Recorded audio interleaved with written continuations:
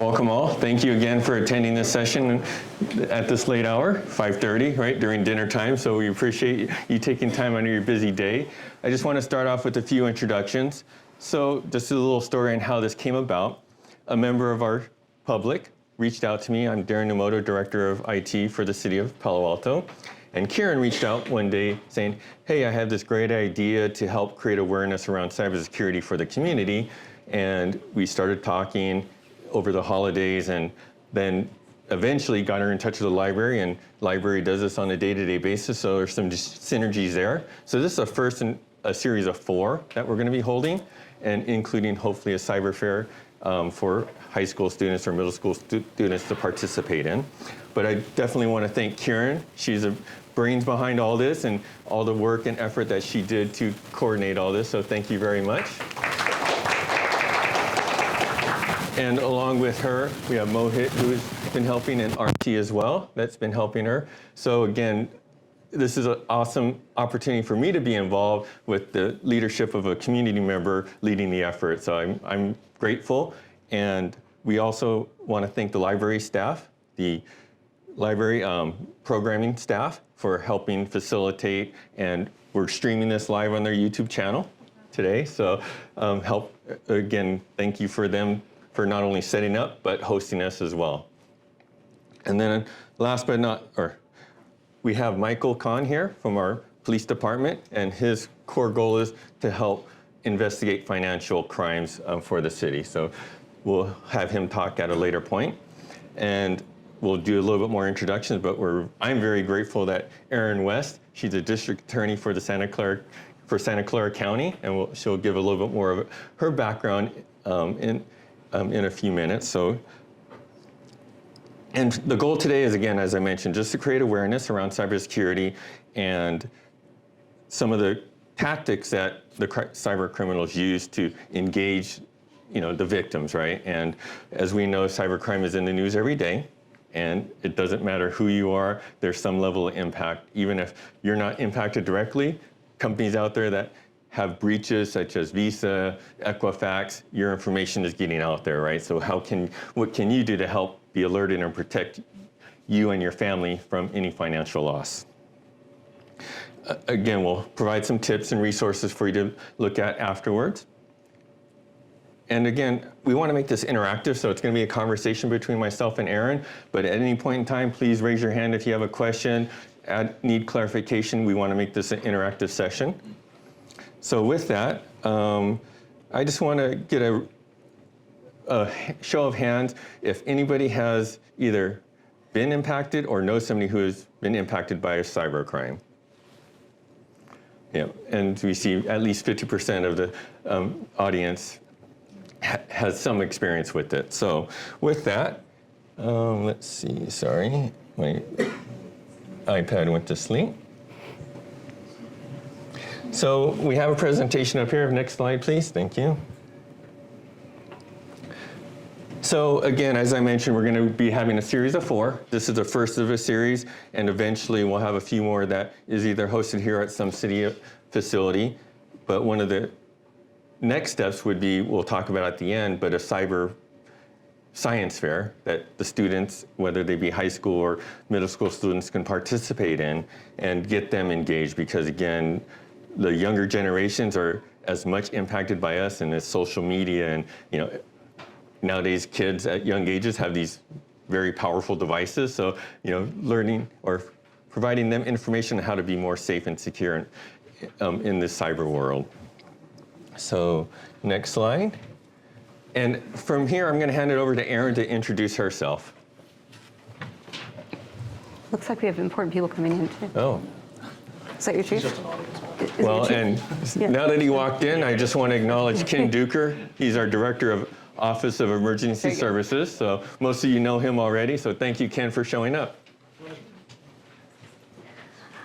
My name's Erin West. I'm a Deputy District Attorney for the County of Santa Clara, and I'm so glad to be here today.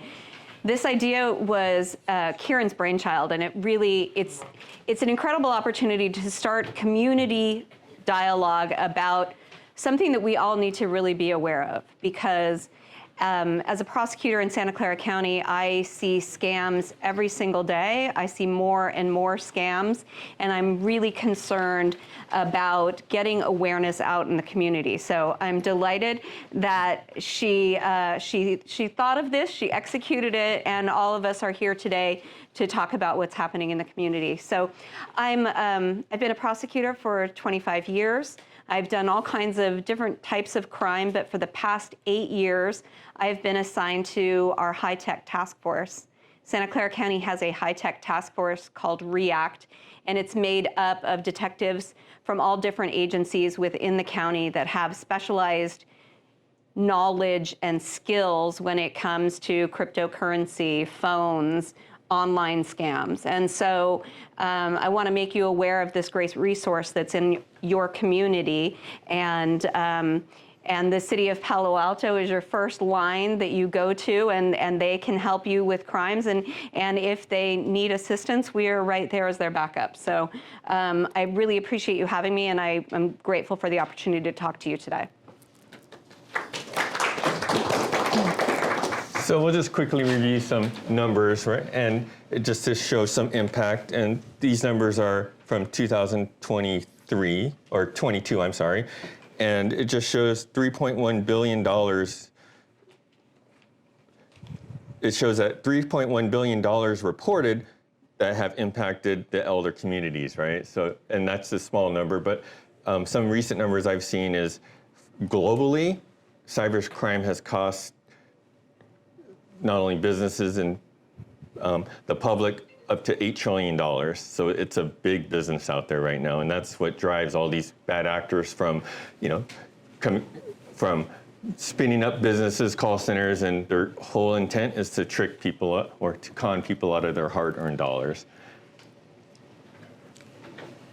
Anything you want to add to the slide? Sorry. Yeah, no, the numbers he's telling you are, the numbers are astronomical. And in a few minutes, I'm going to tell you about a specific type of crime that is coming out of Southeast Asia that we've never seen anything like this. And I want you to leave knowing about this, and I want you to leave understanding how it might show up in your own life. So the numbers are huge, and we're talking about billions and billions of dollars being moved from families into the hands of bad actors internationally. So I want to make sure you understand how you might see that.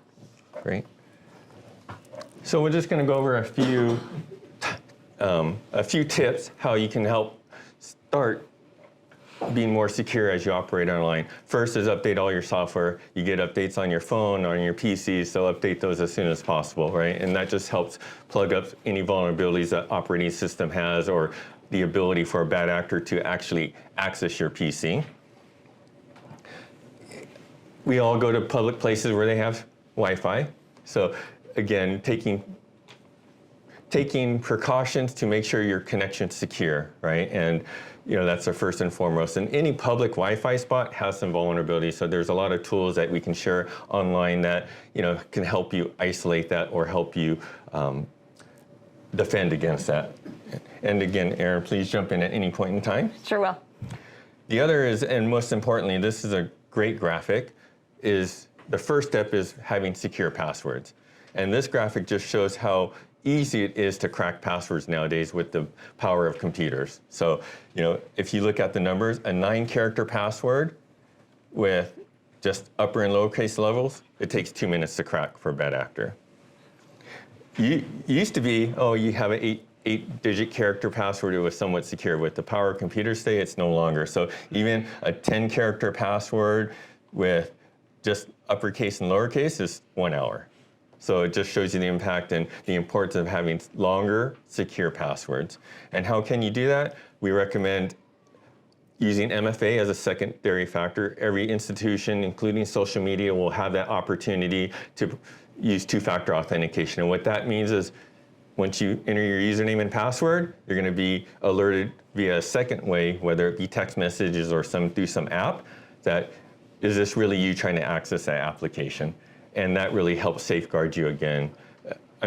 Show of hands, how many people have either experienced or know somebody whose Facebook or social media has been hacked, or you get some messages from them that you don't expect, right? So again, quite a few people. And one easy step is two-factor authentication. With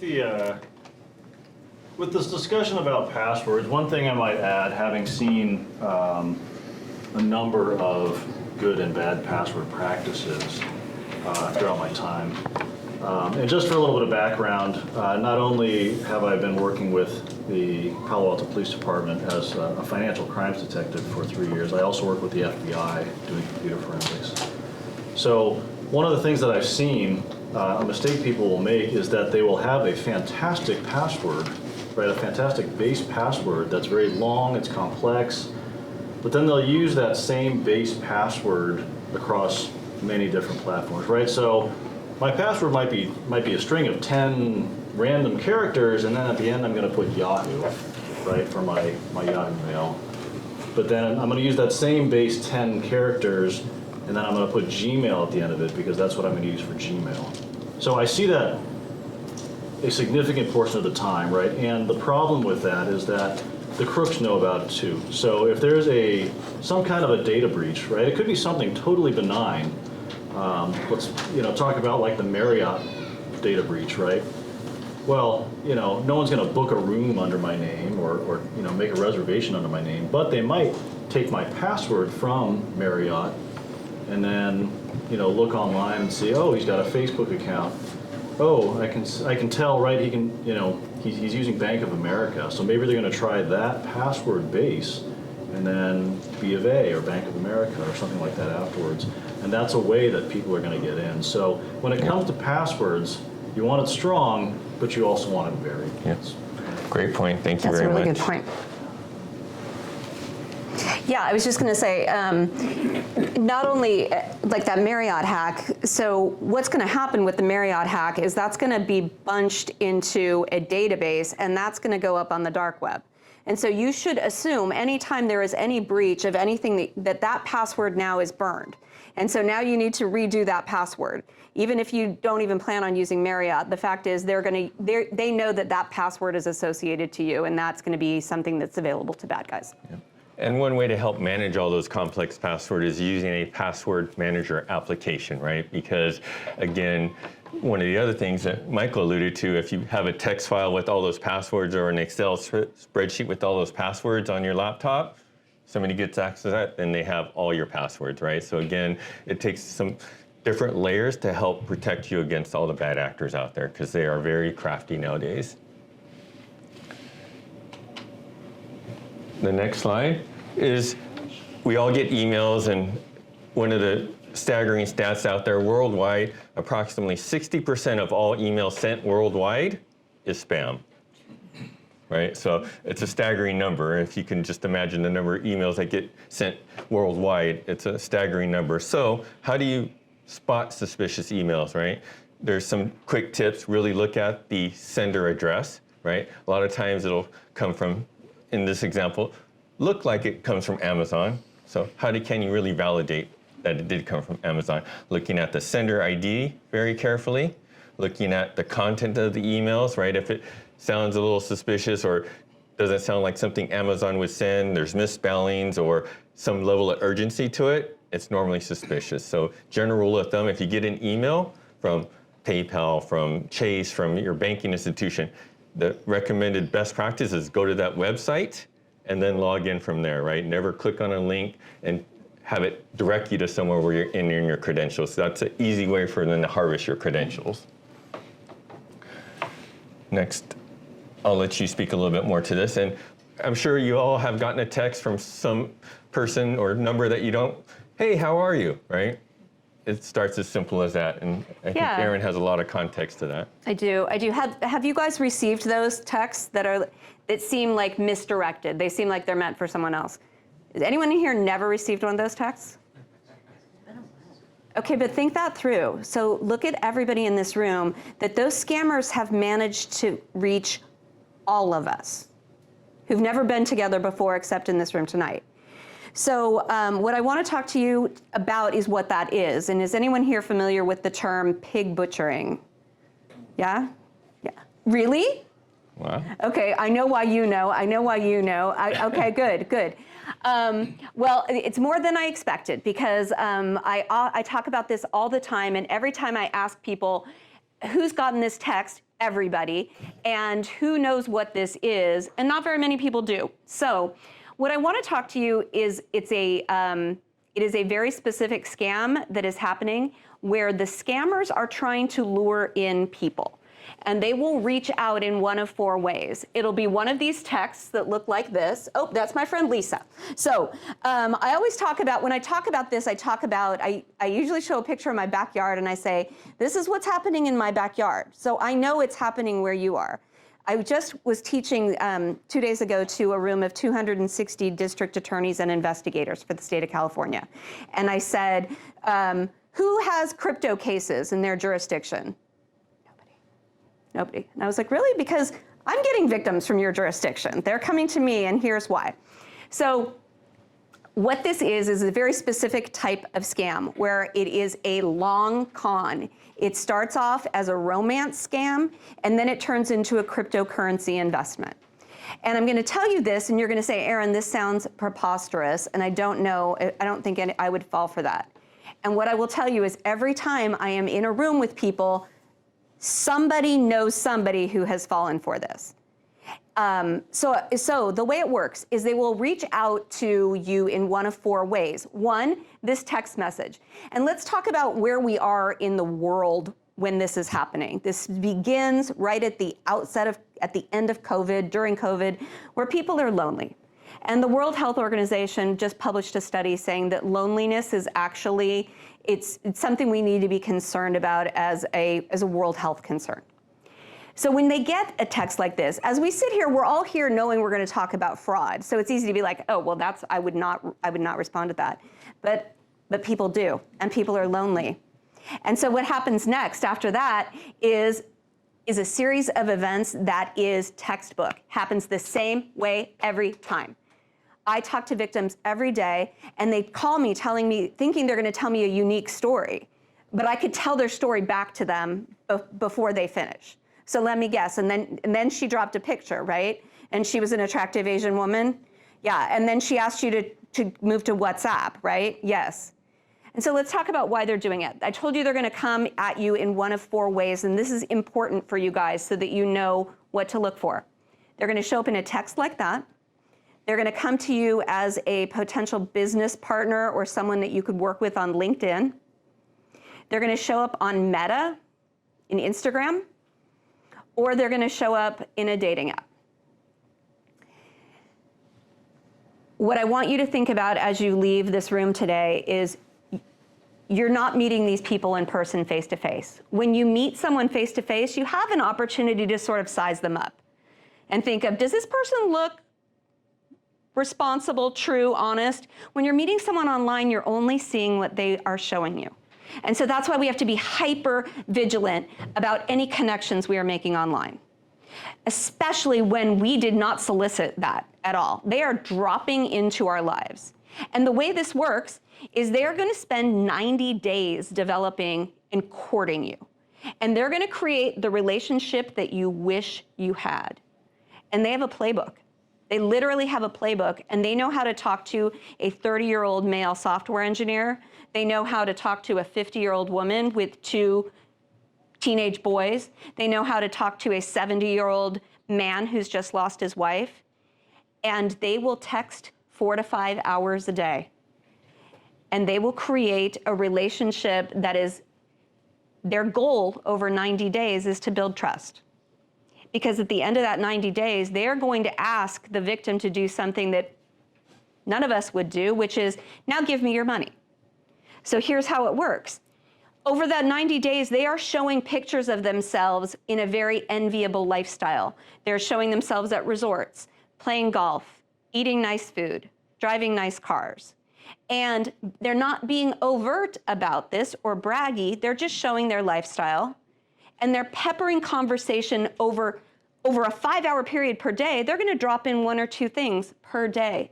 So they're not red flags. They're not obvious. They're not glaring. And One of the things that I always think about, the first time I heard this story, I thought, God, I can't see how people fall for this. And then I met a woman, a 35-year-old woman who fell for this and lost all of her money. And as she told me her story of how she got from here to there, to there, to there, each part of it made sense. And I could see like how she got there and how she was led, because our enemy is masterful.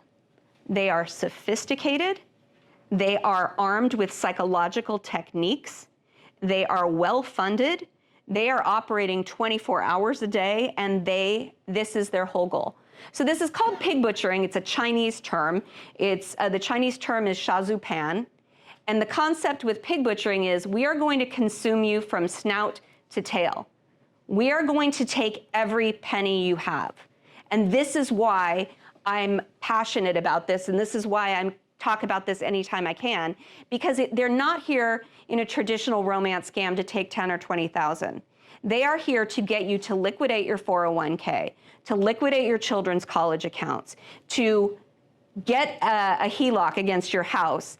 And at the end of the day, when you come to realize, oh my God, this is not a real person and I've lost all my money. So after 90 days, so they've built this trusted relationship and they've figured out what your net worth is by the time they do this, by the time it's 90 days. And then they say, you know how I'm able to afford all this? I'm able to afford all this because I invest in cryptocurrency. And our victims will be like, oh yeah, no, that's not for me. And they'll say, I know, it wasn't for me either. My uncle taught me to do it, and my uncle would be willing to teach you too. Well, then it sounds like I'm in love with this person, I trust this person, and now I can become rich too because I believe it because this person's rich, so maybe. And so what they do is they invest a small amount of money. Usually it's like $5,000. Like whatever a small amount of money is to our victim. So I'm not saying 5,000 is a small amount of money because it's not. But when we're talking about losses of, I have one in my email right now of 7 million. So they start with $5,000 loss, and they'll start with a $5,000 investment. And I want to tell you technically how it goes so that you'll recognize it if somebody ever tells you anything like this. What they do is they will say, take your US dollars from your bank, and I want you to put it into Coinbase. Who's heard of Coinbase in this room, right? Like you at least acknowledge that for most of you, that is something you have heard of. It's not foreign, it's something that you've heard of. So you put your US dollars into Coinbase, and then they will instruct our victims through a series of screenshots so that even a 5-year-old and a 75-year-old could figure out how to change those US dollars in Coinbase into a cryptocurrency, USDT, Tether. That's what it's called. It's a stable coin. It's pegged to the US dollar. So what it is all we're doing now is we're turning your US dollars into something we can move electronically. Once that is done, they'll say, let's put it into the investment platform. Here's where the scam is in full force. When you put it into the investment platform, that is completely fictitious. You're going to see a beautiful domain presentation on the internet that looks very real. And you're going to invest into that, and they will give you an address to move it from Coinbase, your safe place where you control it, to this place where you have no control over that money anymore. And as soon as you do that, that money's gone.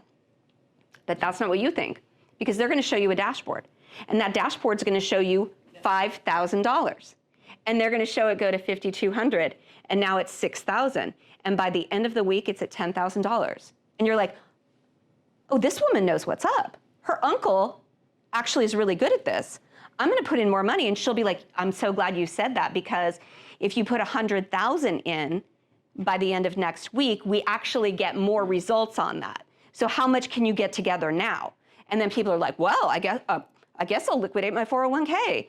And with their guidance, with their prodding, with their psychological manipulation, because that's what they do. And by the end of the day, they've put all their money into it, and the thing that happens next is they'll say, okay, now it looks like I've got $1.2 million in here.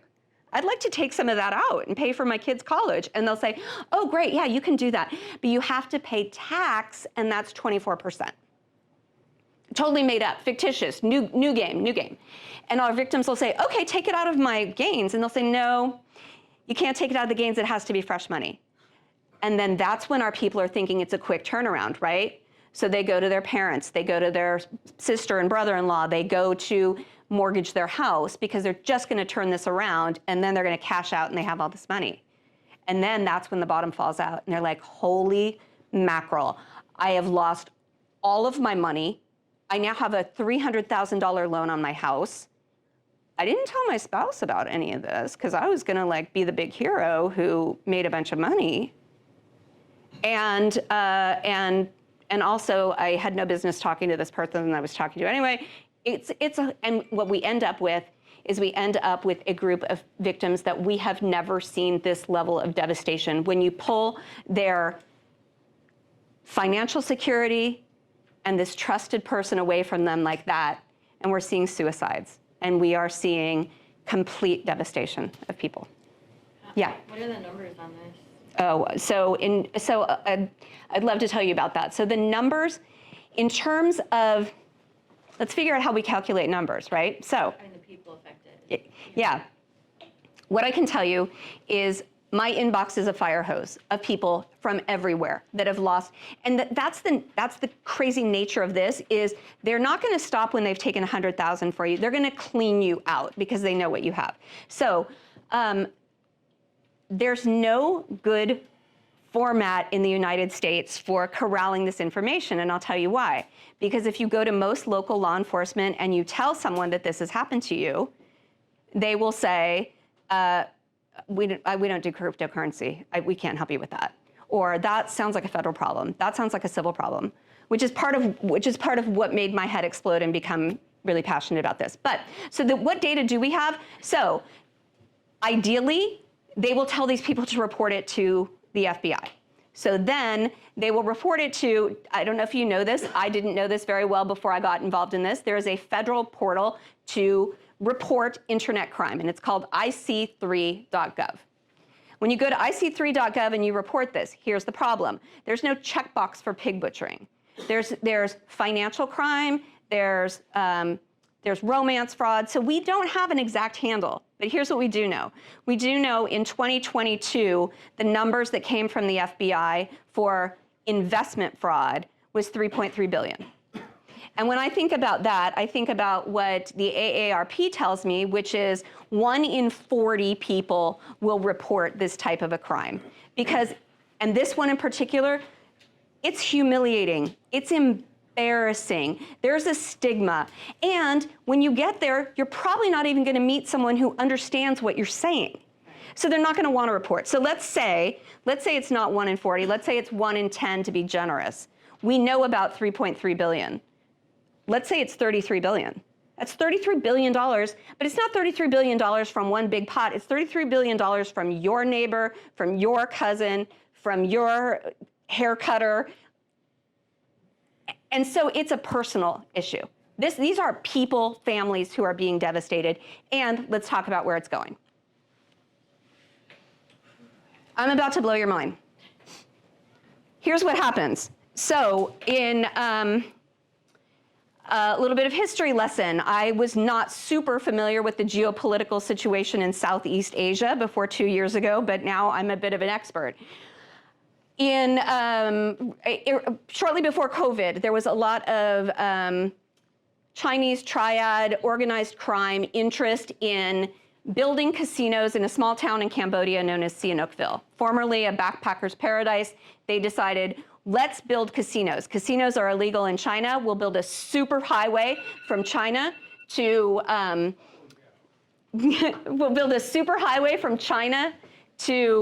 Sihanoukville, and we'll build all these casinos. So they did. And COVID hit, and nobody's allowed to travel. And so what happens next is they've got all these empty casino towers. And they think, but what if we turn them into scam boiler rooms? So they thought, let's fill them with people and have them start conducting scams. Well, where are we gonna get these people? Okay, let's use our talent and our sophistication to build beautiful websites, advertising, room and board jobs. where you can work in graphic design, you can be a model, you can work in travel, you can work in a call center. Come to Bangkok and we will put you up and you'll make plenty of money, enough money to send stuff home. So people from all over China, people from Southeast Asia, unemployment was in China was at 20% then. People needed jobs. So they respond to this. They show up in Bangkok, ready to work. They are met by our scammers, our bad guys, who say, great, hop in the bus, give me your passport. And sure enough, they do. They get bused to Sihanoukville, where they are put into something that looks like this, Casino Tower. So this I'm going to talk about. This is Cambodia. Then we're going to talk about Myanmar, which is an absolute travesty, and we'll talk about that in a quick sec. What happens in Cambodia is they go to these places, they get there, and they are locked down. It's barbed wire. It's bars over their windows because people were literally jumping out because they didn't want to spend 16 hours a day running a scam. And they're guarded by men with AK-47s. Okay, you are now a scammer, welcome. And you are expected to work 16 hours a day. There will be penalties if you don't make your numbers. We will hit you with an electric baton. I've seen it, I've seen the videos. We will beat you with baseball bats, and you're gonna go to work, welcome to your new job, and you can't leave. Horrific. That's Cambodia. Myanmar, same time period.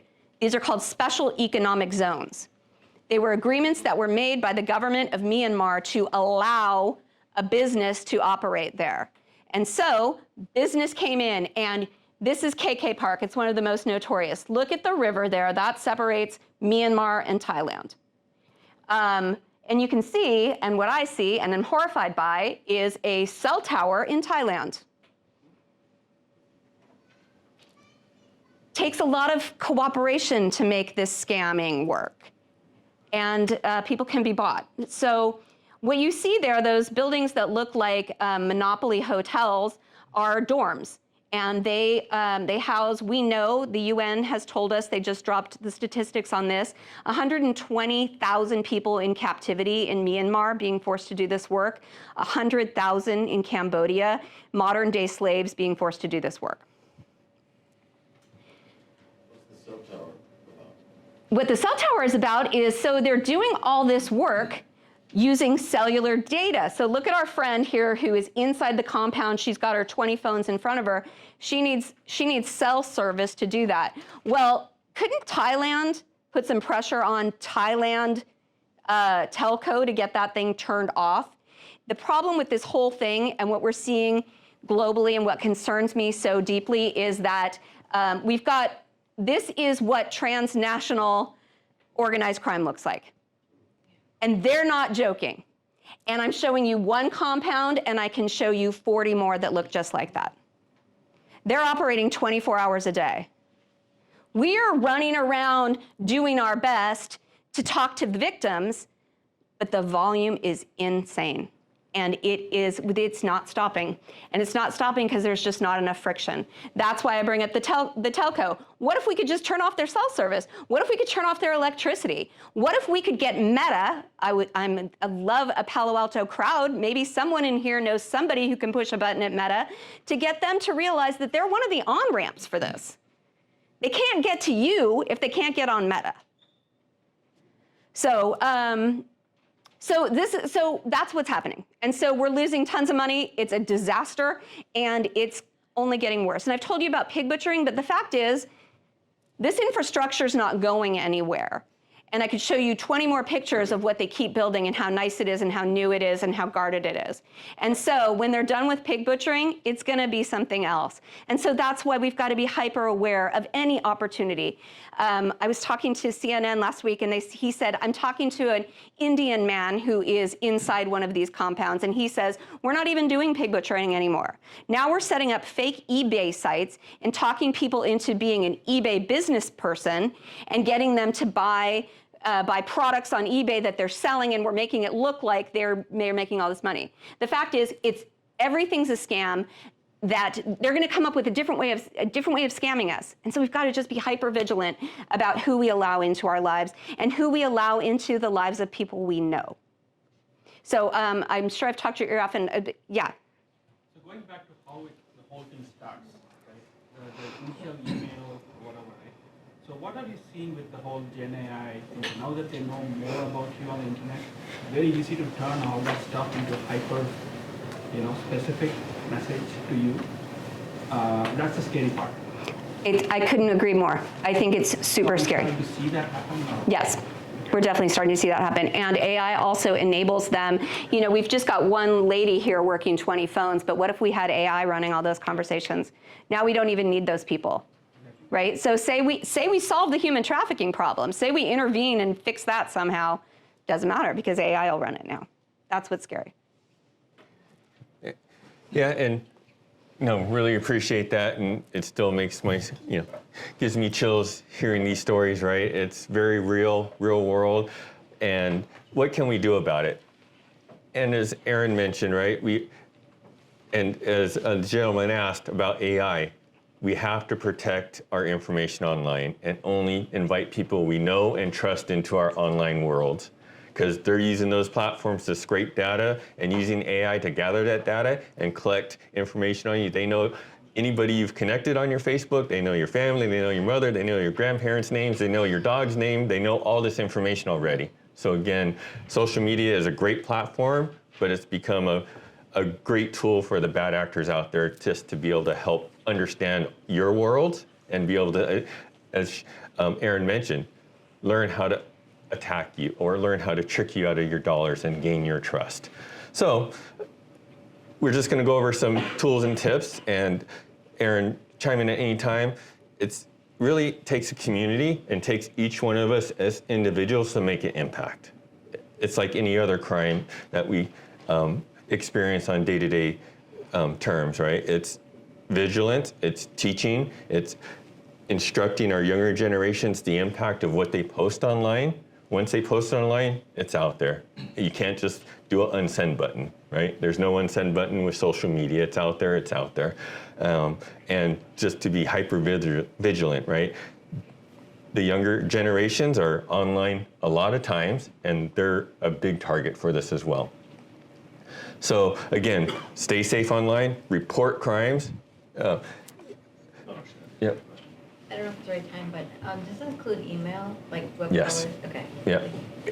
Email is is a great platform, but it's also become a very insecure and very unreliable way of communicating. As I mentioned, 60% of emails spam, right? So how do you depict real from not real? And the bad actors out there, you probably all have gotten an email from a PayPal, and it looks very much like PayPal. Hey, we have a problem with your account. Please log in, right? And it goes to some page, you enter your credentials, and then something happens, and now your credentials are harvested. I just wonder because I've had several jobs where they're like, just email us your social and to get the hiring packet going. Hopefully they've changed those practices, because that's not the proper way. And I always have stood against it, and then they act like I'm like difficult, and I'm like, And this is what I've heard. And any official financial or institution is never going to email you for your credentials like that, right? So again, always go to the source. They do, working for third party for Google.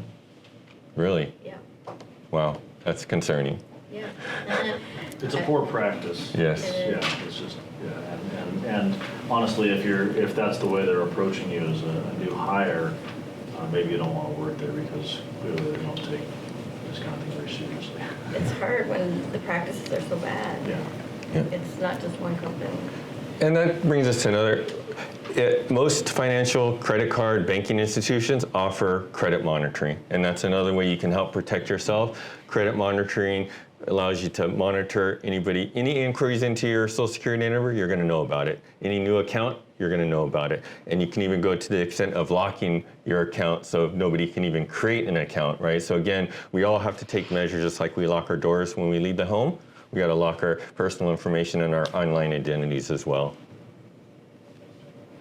So if I could say something about falling victim to these scams, I would say that it could be any of us on any given day. Yeah. And I'll give you an example. So you know that we're not supposed to share our Netflix passwords anymore, right? And if you have a kid who's going to college and he's got your so my son went to college. And I get a text recently from Netflix about changing your password and this and that. And when I say any given day, any given moment, it's like, usually I have 17 things going on at the same time. Everybody does. Like, we're cooking, we've got like our dogs, like everything. And then you get this thing that's like, Netflix, oh, okay. You know, and that's the thing. Like, this is all I do every day. I'm a fraud person, right? But I see that and I'm like, oh, Netflix, you're right. Actually, I'm not supposed to be doing that. Don't click on that. So what I would encourage all of us, and it's something I definitely need to take on too, is like, just pause. Anytime you get a text, anytime anything is inbound that you didn't solicit, just pause for a quick sec before responding. But frequently when I talk to victims, they will say like, you know, if my girlfriend hadn't broken up with me that last week, I probably wouldn't have responded to this lady that sent me this text, right? Or if I hadn't, you know, there's always something that's going on in a person's life on a bad day. There's people aren't getting us on our good day. They're not, as we're sitting here in a fraud seminar, they're not getting us right now. They probably won't get us for the next 2 days, but I love to hear my fraud experts talk about how they've been scammed. Yep. And the question isn't, will you be scammed? The question is like, yes, they're coming for you. All of us, they've already come for almost everybody in this room. How are you gonna respond when it does come for you? You should assume that something is a scam unless you hear otherwise. You know what's funny about that? I bank at Bank of America, and I've had my debit card for a long time, and I didn't realize it was going to expire. And I get an email from Bank of America, and it's like, hey, your debit card's about to expire, and we're just gonna send you a new one in the mail. Look out for it, because it's coming, and it's really from us, so don't miss it. And then I was like, ooh, is this a scam? What are they trying to do here? And then, sure enough, my debit card came in the mail. Or another one, so County of Santa Clara, we used to have phones on our desk that had voicemail. Well, we're very high tech now, like slowly. And so now we're getting our voicemail electronically. Okay, well, so the first time a voicemail came electronically into my email, I was like, wait a minute. What is this? Are they testing me? Is this a scam too? So your first instinct should be, I think this is a scam until I know otherwise. So I have a question. I've heard of ATM Bitcoin scams. Are you familiar with that? Yeah, I'd love to talk to you about that too, because this is another thing that is happening in your community that you should know about. So I got a call a year ago from a man who said, I think I've been scammed of $15,000. Here's what happened to me. I was at home. I'm a 60-year-old man who lives coincidentally like 2 miles from me in San Jose. And he says, I have a 30-year-old son. And I get a call from someone that I think is my son. He says he's my son, and he's crying, and he's very upset. And he says, Dad, I've just been in a car accident. I've been drinking. I hit a pregnant woman's car, and there was a child in the car, and they're arresting me, and they're letting me make this quick call to you. So I have a name of a lawyer. I need you to call this lawyer. His name is Benny blah, blah, blah, and here's his number. And I don't know how many parents are in this room, but when you get a call from a child in stress, your immediate thought isn't like, is this my kid? Your immediate thought is like, what's going on? I got you. I'll fix this. I'll help you. And our brain fills in the gaps where, because our scammers, like I told you, they're psychologically masterful, right? And they know, here's what we're gonna do. We're gonna pull your heartstring, and then we're gonna give you an urgency. This has to be done right now. No time to reflect. So you call Benny, so he's like, so I called Benny blah, blah, blah. And Benny blah, blah, blah said, oh yes, I am a lawyer who specializes in this type of work. This sounds horrible. I'm so sorry to hear this. Let me run through what's going to happen to your son. And the whole thing that happens there is just like the scams I was telling you about, where this is happening over a 90-day time period, so there's no obvious red flags. They're gonna roll these calls out for a long period of time, and they're gonna keep giving you information that in your mind is corroborating what's happening, making it more and more real and more believable. So the lawyer says, yes, this is a problem. Yes, your son is going to go to jail tonight, and he's gonna be in jail, and then starts going on and on about how terrible the jails are in Santa Clara County, and I wouldn't want my kid spending a night in jail in Santa Clara County. So you might want to call the court clerk.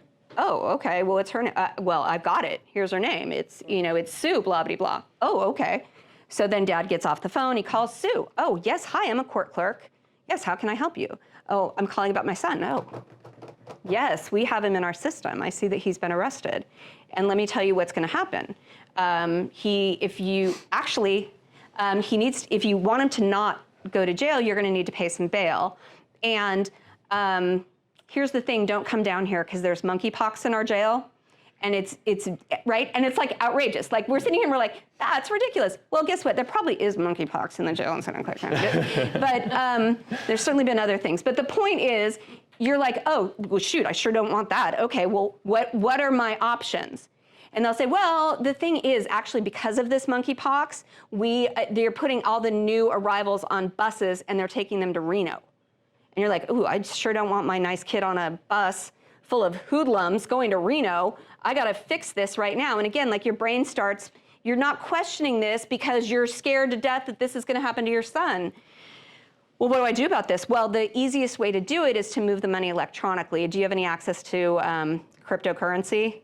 Oh, no, I don't. Okay, well, let me teach you how to do it. Because if you want that money here, and we all laugh, right? Like we're like, that's preposterous. Yeah, it's preposterous. So tell everybody you know about this preposterous thing that's happening that's actually catching victims in our county. So he is instructed, he and his wife go to Bank of America, they go get $15,000 in cash, they go to a Bitcoin ATM inside in the back of a liquor store, and they start putting in $100 bills. And they lose their $15,000 like that. And they're done, and they walk out, and they're like, we should call our son's girlfriend. And she's like, huh, that's so interesting, because I'm sitting with him having lunch. So that's what's happening. So let me give you a quick, what do I do if I'm in that situation? Yeah, go ahead. So in that, when he impersonates the voice, they're using software to sound like his son, or what are they doing? So that's the interesting thing. I think this has been going on for a long time, and I don't think initially they were. Now we know that they can. We know that if they have 30 seconds of your voice, they can make you say whatever they want. And that's only going to be happening more often. So we don't know. We don't have a tape of this. We don't know exactly what it was. But yes, like again, like emerging problems, like things are looking worse for us and better for the bad guys over and over and over. So say this happens to someone you know, that what you need to do with any cryptocurrency case is speed is the name of the game. You need to get that victim in front of an investigator who knows what to do with that in the shortest amount of time possible. And so you have to be your own advocate in that situation. And you have to figure out who to trust and who not to trust. And I'm going to advocate in Santa Clara County, you should go to your local law enforcement, because your local law enforcement are briefed on this and they know what to do. And if they don't know what to do, they know that REACT exists and that that's the high-tech task force. So Michael, do you have any thoughts about what they should do in that situation? No, I mean, you are fortunate in this county that we have REACT, and you're fortunate in that, again, a lot of Bay Area agencies, especially Santa Clara County, right, have been trained in this, specifically by REACT. So while we can't promise to get your money back, we have more of an ability than average, right, to at least address the problem and attack it than other agencies outside of this area. So, you know, your first thing to do would be to come to the local police department and report it. And if you get an officer that says, oh, it's cryptocurrency, we can't do anything about it, you need to be insistent that they take a report, talk to their supervisor, right?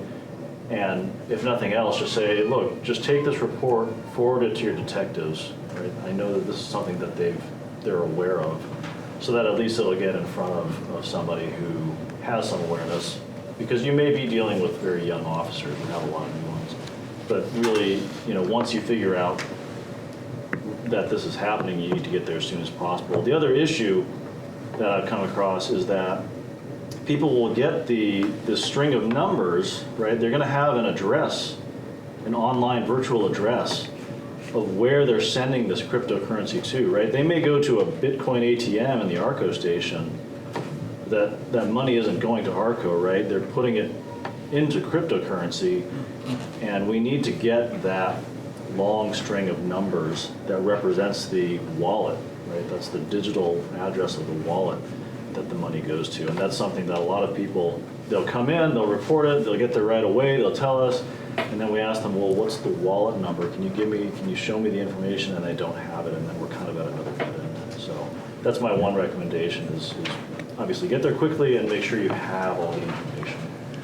Yep, thank you. And that's the last bullet point. Again, informing law agencies, having the information so they can follow the money. That's the last point there. But also just if somebody wants to, based on that scenario, from a sports analogy, sometimes the best offense is the best defense, right? So somebody from the audience, what would you do if you, knowing this now, what could you do to help mitigate it?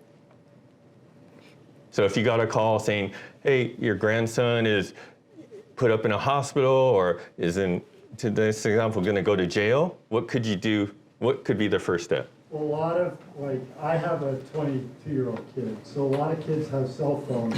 So you want to look at the caller ID and make sure it came in on a known number. If it didn't, you should text them back and just confirm. Yep. Yep, great. Another step? Half of us know how to track our kids' phones. Great, yes. Yep. Call up Life 360 Yep. or... Yep. And then one simple one, right? How do we communicate with our kids nowadays? Text. Exactly. Text them directly and see where they're at, right? So You're talking to this person. Yep. So again, these are just simple steps, and I'm a parent.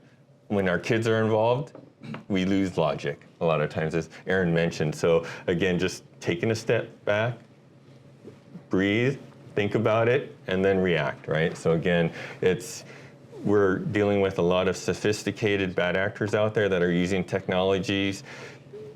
Yep. Sorry, so far all the crimes have been converted to crypto, so the second they say crypto, it's a scam.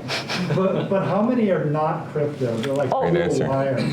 Yeah, so that brings up another point that I wanted to talk about. So I would say that the ones I've talked to about are crypto, and the reason they're using crypto is because it moves quickly and it's not retractable. So they're not using fiat currency, US dollars for this anymore. I'll tell you who is, sextortionists. So when I say a word like that and everybody's like, oh, let me tell you what's really happening. And I have, never mind, I shouldn't say this. I will tell you that I personally know teenage boys who have been sextorted. And I am the mom who, if you get in my minivan to go anywhere, you're gonna get a quick, don't ever send a dick pic, and if you do, make sure your face isn't in it. And then my kids are like, God, and I'm like, can I get a verbal agreement from everyone in the car? Thank you. Okay, go back about your business. So the unfortunate thing is, we've got kids who are having their first experiences with having someone interested in them online, and they're getting an Instagram inquiry, and all of a sudden that sounds kind of dreamy, and I'm at home and my grandparents are over and I don't want to be involved in that, and wow, this girl's super into me, and wow, she's super cute and she's sending me this stuff. Okay, I'll send something back, and then the next thing you know, bam, I've got your stuff, I know who your friends are, I'm going to publish this, and I need you to send money. And so those are actually happening through US dollars. That's happening through Zelle a lot. And so what we need to do, So those are US based? No, those are primarily Nigerian based. So you can do Zelle or that. Yeah, or Venmo. What? Zelle has limits. Well, we're talking about teenage boys. Yeah. They don't have a lot of money, which is interesting because sextortion is so destructive, and we literally have a kid in Santa Clara County who killed himself. Yeah, and yes, and it happens quickly. The conversation began with this girl at something like 2 o'clock in the afternoon, and by 11 o'clock p.m. he had killed himself because he was like, I can't face this, I can't. And so, just another conversation. I went to a Stanford thing about how to talk to your kids about stuff, and they're big on 60-second pieces of advice. Your kids do not want to be lectured at. They do not need you coming at them, because Lord knows I could talk for an hour and a half to my kids about stuff. 60 seconds. Here's the thing. Here's what's happening out there. Girls are going to approach you on Instagram and Snapchat, and they're going to get dirty real quick, and they're going to suggest you do stuff. The concept is there's always a way out. there's always a trusted adult that you can tell the story who will help you and get you out of this. And with AI, now just claim it wasn't even you. Like, I don't know how this picture came about. It's not me. Exactly. Exactly. Yeah. Yeah. When you're dealing with those kinds of cases with like sextortion, usually like how cooperative are the companies that like that's based off of like Meta or Snap, and especially with Snap where it's like they have the disappearing images, how easy is it to like track the culprits down? Do you want to take that? So, yeah, so that would fall more in my category of investigations, right?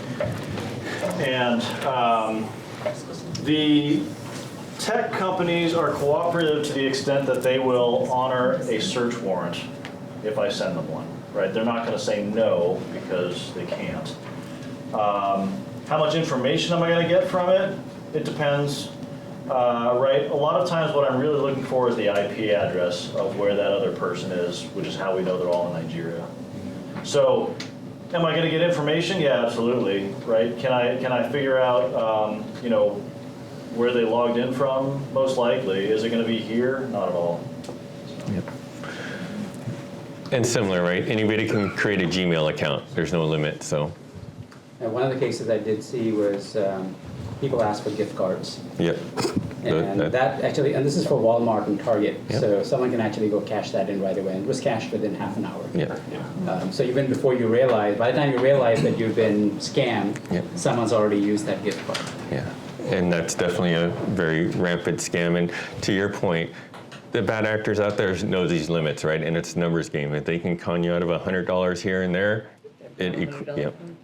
So it is a scary world online. Again, to Erin's point, it's all about education, awareness, and teaching our younger generations. Yes, please. If they use a VPN, can you still track them? Nope. Nope. Because like NordVPN is like $100 a year. Anybody could just use that. Yes. So the question was, if the bad actor is using a VPN, can you track them? So essentially, if the bad actor is trying to disguise what their IP address is, can we track them? And the answer is no, and that's a dead end for us. So yeah, like again, they keep getting the advantage, we're chasing them. And so that's why, quite honestly, that's why Kieran's on the right track here in terms of like, let's start building this at a young age. Let's get our younger people to understand this, think about this, be innovative about ways we can make difference and make change, because we're woefully behind. The rest of the world is woefully behind a group of organized criminals whose whole job is to think of ways to get your money. Okay, got a quick question. Sure. Often, I got a message saying your password is so simple, it's broken, and now recommend a more complex case. And then there's a proposal saying, do you want it to be remembered in the cloud? Well, that's a good question for you. Much more sophisticated one. I don't, so now I think I like that new mechanism. Initially, for several weeks, I hesitate to have my password stored. But I found that system is smart enough to get it back. And I don't need to know what that is. So is that the case with, do you understand this situation? Yep. So if it's a password manager, fully agree, because a lot of them are cloud-based where you just log into it. But you have to be careful because, again, bad actors know we use password managers, so they're going to try to disguise that. And same thing with the password manager. You have a master password. Once they get that, they have the keys to your kingdom. So again, it's always going to the source before anything. Don't rely on email. If you get an email from Bank of America, from Wells Fargo, go to the source first and reset your password from the source. Right? Yeah. So for a browser, you have the option to store your password. Should you or should you not use the browser? I'm gonna leave it to you. I mean, best practices, no. I would utilize, so I do use a password manager, right? I paid for it, it's an app. I don't typically just kind of use like Microsoft Edge or Google Chrome will offer to store passwords for me. I don't typically do that. I typically use an independent password system. The only thing I worry about with the password manager is what if it's compromised? it's a problem. Yes and no. Yes and no. So the thing about it is, yes, they've been compromised. LastPass was compromised, but what was compromised was all of your identifying information. What was not compromised was your passwords, because your passwords are encrypted end to end. They don't know what your password is. Yep. So yes, I share your fear, and I share your fear, and I think about it every day. And there's a lot of stuff that's in my Google in Chrome, because I'm just going to do that because I can't. But I think integrating a password manager into your browser is probably the safest way to do it. And the same principles apply. You use multi-factor authentication, right? And bad actors know that we're using multi-factor authentication. So if you're not logging into your system and you get an alert about, hey, here's a text number, right? Don't reply to it. Don't never give anybody that code, right, that you receive. So these are just steps that you can help mitigate access to your information. Yes? But when you save a password to the browser password manager in Google Chrome, it says in small print, this password will be encrypted. Yep. So Yeah, so to be honest, I mean, like I cannot recommend one or the other, but what I will say is Google is they're very interested in protecting user information in terms of that is it's not great for law enforcement actually, because a lot of the stuff that we used to be able to access is now encrypted. So yes, I mean, I think that if you're going to rely on something, rely on Google before you rely on like Joe Schmo. But yes, I mean, that's one of their selling points is we are going to keep your data safe. Yep. Yes. With banks and brokerage companies and so forth, what would you recommend is the safest approach? Because they want your facial recognition, your thumbprint, or your voice print. Is there any of those that is safe? All the above are safe, right? Because it's with two-factor authentication, something that you have, something that you own, right? That helps with that second factor. They just can't access your account with a basic username and password. So add on these, yes. The verification. Yes, definitely. And with the Google storing passwords in your browser, right? They are encrypted when they're stored, but think of a case where many times you get a link saying, hey, there's a problem with your PC. Click on this link and we're going to help you fix it. I never get links like that. Really? Well, lucky you, because my grandma does. Yes. Like that's what's happening, and that like we used to not laugh about them, but like that used to be so common. The whole don't click on the people who are going to help you fix your computer. It's still happening, and even one of our detectives, his dad clicked on it, and he was like looking through his dad's finances, and he's like, "What's this $300 to blah blah blah?" And he's like, "Oh yeah, no, somebody came in, they needed to fix my computer." So he's like, "Whoa," because then what you're probably doing is you're probably giving them access to everything on your computer while this is happening. And if you've ever seen some YouTube videos, many cases on that where, again, these are call centers that are in different countries that are their sole sources to get access to your computer and extract your information. So if you know about those potty centers that are existing out there, like I'm sure the federal government and the FBI also knows about it. So how come, there's nothing we can do about it? Like, just because they're not in the U.S. and they're outside? So the fact that they are not in the U.S. means that we have no jurisdiction. We have no ability to control what they are. They are hurting U.S. citizens. Exactly. Sure, but unless we're going to start a war with Thailand, right? Or unless we're going to go to war with some of these other nations, right? We can't just simply invade, so to speak, with federal officers to go shut down some of these call centers. And in the case of some of these, some of them are state-sponsored, where basically the government is effectively running the scam. And so at that point, it's like, well, what are you going to do if you can't even get the government to cooperate? Yeah. Block the traffic from that origination. Is what? Block the traffic. Yes, from that origination, from that location, block the traffic. See, I love this. So let me tell you, my full-time job is how are we going to fix this? Because this is big. This is huge. And so I think that this will ultimately be solved by our private partners. I think that there are people out there who are going to figure this out faster and better. And so I started this thing called Operation Shamrock. I started it on March 17th last year. Biden's pretty busy.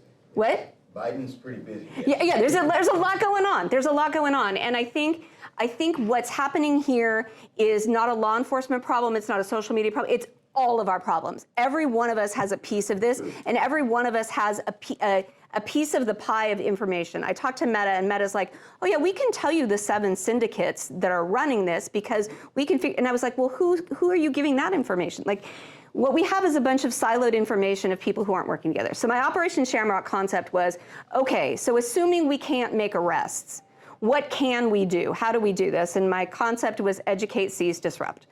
So educate, here I am tonight. Educate, I spend a lot of time in media trying to get this story out, and we're starting to see some really good national publication of this. Educate our law enforcement so that they know what this is, so that they get it. Seize, let's teach all of our law enforcement to know how to get this money back. That it's not true that if it's cryptocurrency, it's gone.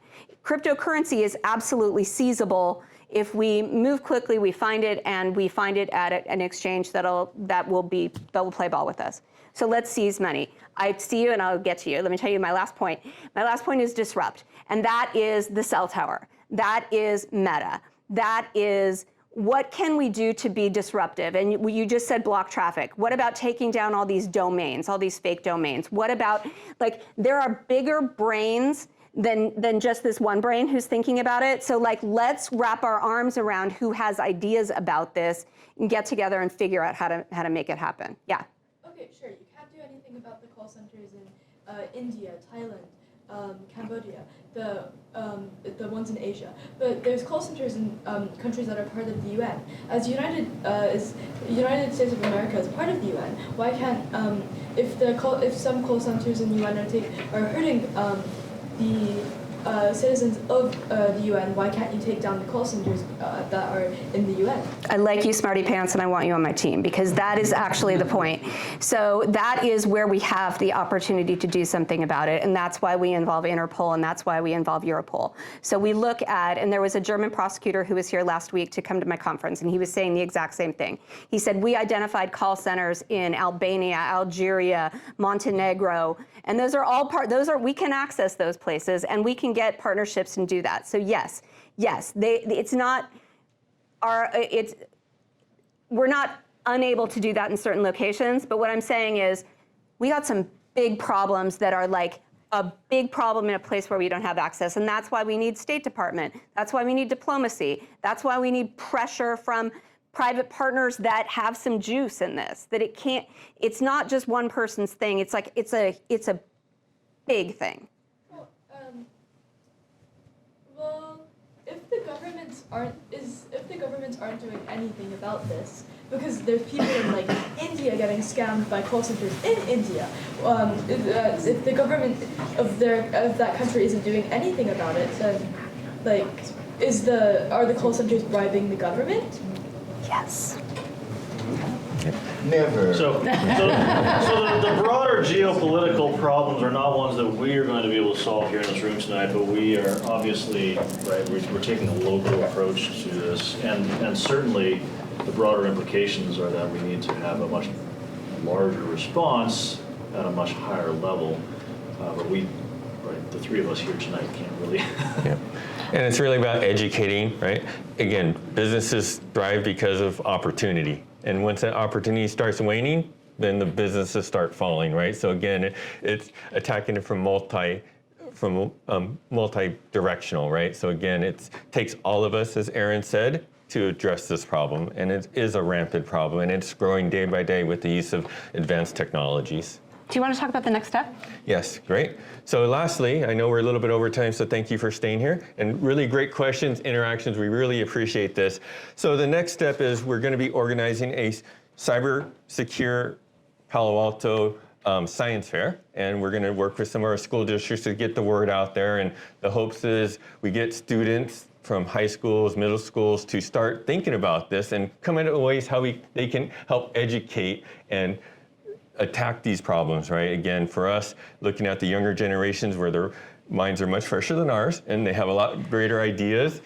So again, really getting the youth involved in this to help themselves and also help the families around them and the friends around them and really spread the word. So that's the best, our last message is really help spread the word. So people you know, people, your friends, families, spread the word. Because again, it's not a matter of if, it's a matter of when you're going to be targeted. And it just takes, as Erin mentioned, just one time clicking a link that could open up your PC. So. Thank you guys for coming. Thank you for your attention. Appreciate it. Thank you.